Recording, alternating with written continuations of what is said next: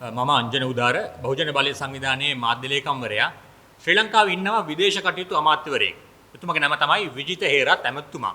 අපි දැක්ක පසුගිය දවස්වල විජිත හේරත් ඇමතුමා පිට රටවල යමින් ඒ පිට රටවල ඉන්න ශ්‍රී ලාංකිකයන් එකතු කරමින් විවිධ සාකච්ඡාවන් පවත්වනවා. ඒ සාකච්ඡාවලදී අපි දැක්ක විජිත හේරත් ඇමතුමා විවිධ පුරසාරම් දොඩවනවා. කලින් ඇමතිවරු වගේ නෙමෙයි දැන් ඇමතිවරු කියලා එතුමාට සුපුරුදු උද්දච්ච සොරෙන් කතා කරනවා. ඉතින් අපිට අද දවසේ තියෙනවා විජිත හේරත් ඇමතුමාගෙන් ප්‍රශ්න කිහිපයක් අහන්න.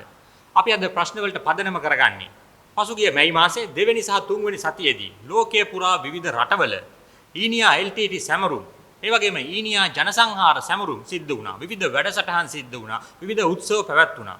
අපි දැක්ක මේ ඇතැම් උත්සවයන් ඒ රටවල් වල අනුග්‍රහයෙන්, ඒ රටවල අනුදැනුමින්, ඒ රටවල ආශිර්වාදයෙන් පවත්වනවා.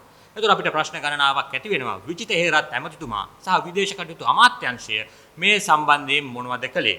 අපි ඒවට අකමැති නම් අපි මේ දේවල් ප්‍රතික්ෂේප කරනවා නම් අපි මේ දේවල් වලට විරුද්ධ නම් ඒ සම්බන්ධයෙන් විරෝධය දැක්වීමේ රාජතාන්ත්‍රික විරෝධය දැක්වීමේ වගකීම පැවරලා තියෙන්නේ විදේශ කටයුතු අමාත්‍යාංශයට සහ විදේශ අමාත්‍යවරයාට. ඒතකොට අපි දැක්කේ නෑ මෙවැනි සිදුවීම් සිද්ධ වෙනකොට ලෝකයේ පුරා විදේශ කටයුතු අමාත්‍යවරයවත් විදේශ කටයුතු අමාත්‍යාංශයවත් ඒ සම්බන්ධයෙන් කතා කරනවා. අපේ පළවෙනි ප්‍රශ්නය තමයි විජිත හේරත් ඇමතුමාට යොමු කරන.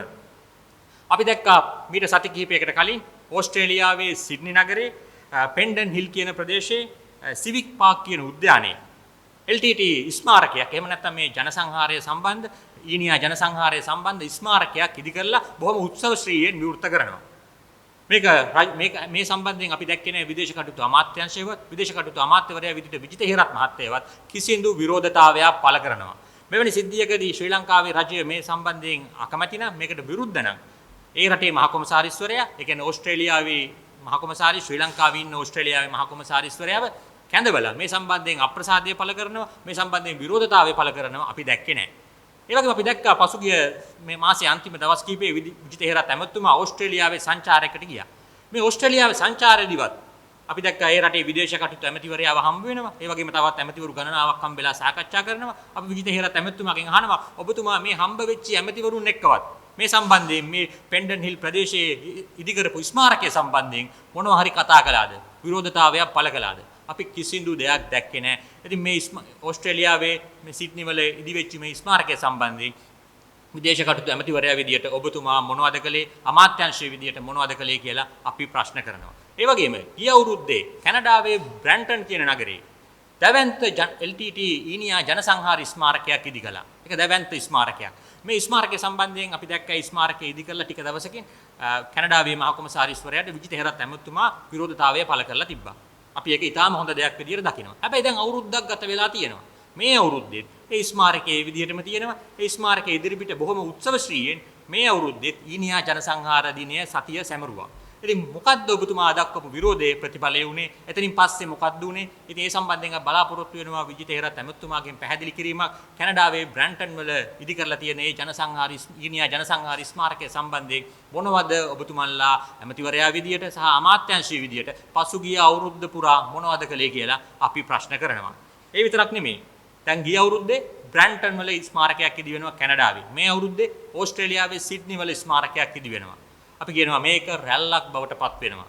ලෝකේ පුරාම LTT සංවිධානයේ පිටවත් මේ දෙමළ ඩයස්පෝරා සංවිධානය විසිරීලා තියෙනවා. ලන්ඩන් වල, පැරිස් වල, ජිනීවා වල, නිව්යෝක් වල, සිඩ්නි වල මේ හැම නගරයකම ඔවුන්ගේ ශාඛාවන්, ඔවුන්ගේ සංවිධානයන් තියෙනවා. දැන් ඔවුන් කල්පනා කරනවා බ්‍රැන්ටන් වලට පුළුවන් නම් ස්මාරකයක් ඉදි කරන්න, සිඩ්නි වලට පුළුවන් නම් ස්මාරකයක් ඉදි කරන්න, ඇයි අපිට බැරි කියලා ඔවුන් කල්පනා කරනවා. දැන් අපිට වාර්තා වෙනවා කැනඩාවේ ටොරන්ටෝ නගර සභාවේ ඒ අදාළ අධිකාරීන් වලට ඉල්ලීම් ඉදිරිපත් කරලා තියෙනවා ටොරන්ටෝ වලත් එවැනි ස්මාරකයක් ඉදි කරන්න.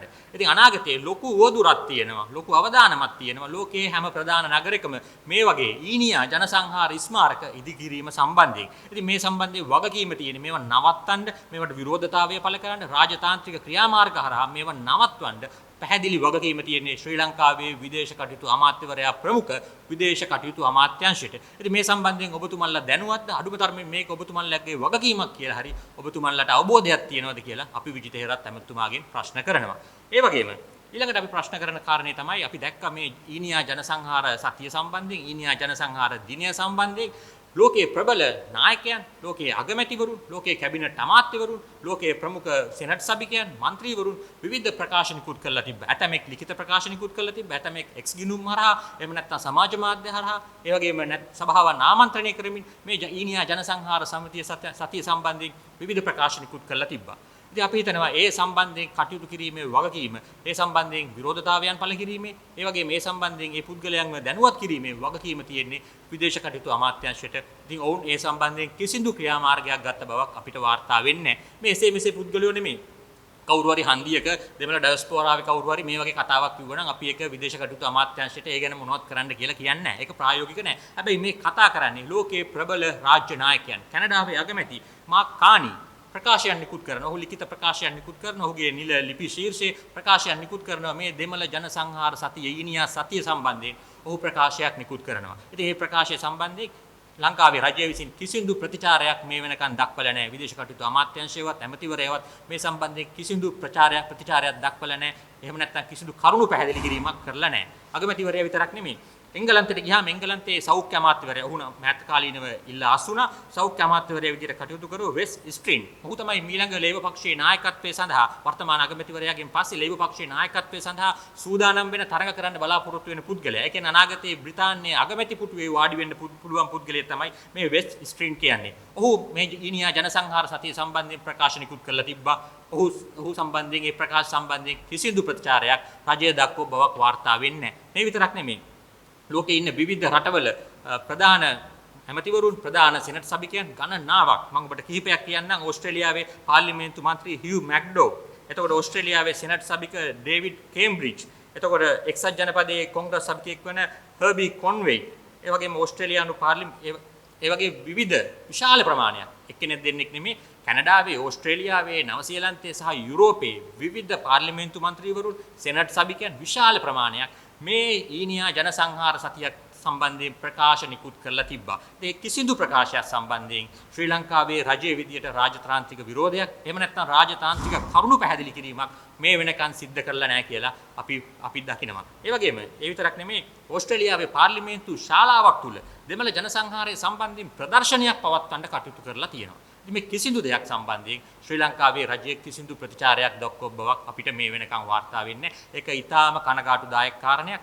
අපි කියන්නේ මේ සම්බන්ධයෙන් විරෝධතාවය දක්විය යුතුයි. ඒ වගේම මේ සම්බන්ධයෙන් නිවැරදි කරුණු පැහැදිලි කිරීම කළ යුතුයි. දැන් අපිට මේ යුද්ධය අමතක කරලා අවුරුදු 17ක් ගත වෙනකොට මේ හැමදේම අමතක කරලා ශ්‍රී ලංකාවේ අපි හිටියට මේ LTT ඩයස්පෝරාව මේ කිසි දෙයක් අමතක කරලා නැහැ. ඔවුන් තවමත් දිනපතාම ඔවුන්ගේ සිහිනය වෙත යන්න ඊළාම් රාජ්‍ය ගොඩනැගීමේ අරමුණ සිහිනය ඔවුන් අතහැරලා නැහැ. ඔවුන් දිනපතා ඒ වෙනුවෙන් වැඩ කරනවා. ඉතින් ඔවුන් විවිධ පුද්ගලයන් මේ ඊනියා සතිය සම්බන්ධයෙන්, ඊනියා ජනසංහාරය සම්බන්ධයෙන් දැනුවත් කරමින් කටයුතු කරනවා. එතකොට රජයේ වගකීම තමයි, විදේශ කටයුතු අමාත්‍යාංශයේ වගකීම තමයි රජය පැත්තෙන් ඇත්තටම මොකද වුනේ, ඇත්තටම මෙහෙම ජනසංහාරයක් වුනේ නැහැ කියන එක සම්බන්ධයෙන් කරුණු කාරණා මේ විදේශ රාජ්‍යතාන්ත්‍රිකයන්ට, රාජ්‍ය නායකයන්ට ඉදිරිපත් කරන එක.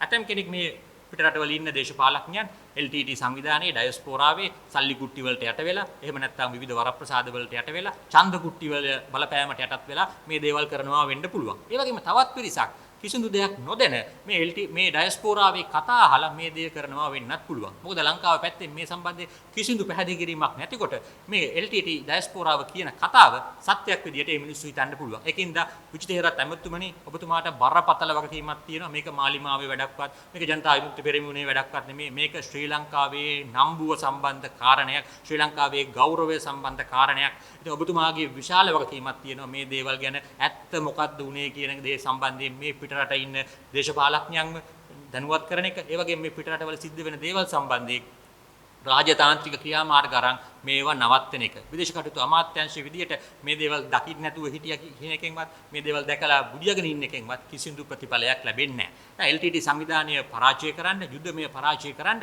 නොපෙනෙන සහායක් ලබා දුන්නු තැනක් තමයි විදේශ කටයුතු අමාත්‍යාංශය කියන්නේ. ලෝකයේ විවිධ රටවල LTT සංවිධානය තහනම් කරමින්, LTT සංවිධානයට අරමුදල් රැස් කිරීමේ අවස්ථාවන් අවහිර කරමින් මේ විදේශ කටයුතු අමාත්‍යාංශයේ එවකට හිටපු ලක්ෂ්මන් කදිරගාමර ඇතුළු විදේශ කටයුතු අමාත්‍යවරුන් ගණනාවක් දැවැන්ත සහායක් ලබා දුන්නා. ඒ කාලේ කාලේ වුන් බුදියන් හිටියනම් මේ දේවල් සිද්ධ වෙන්නේ නැහැ. ඒකින්ද අපි විජිත හේරත් ඇමතුමනි කියනවා ඔබතුමාට ලොකු වගකීමක් තියෙනවා.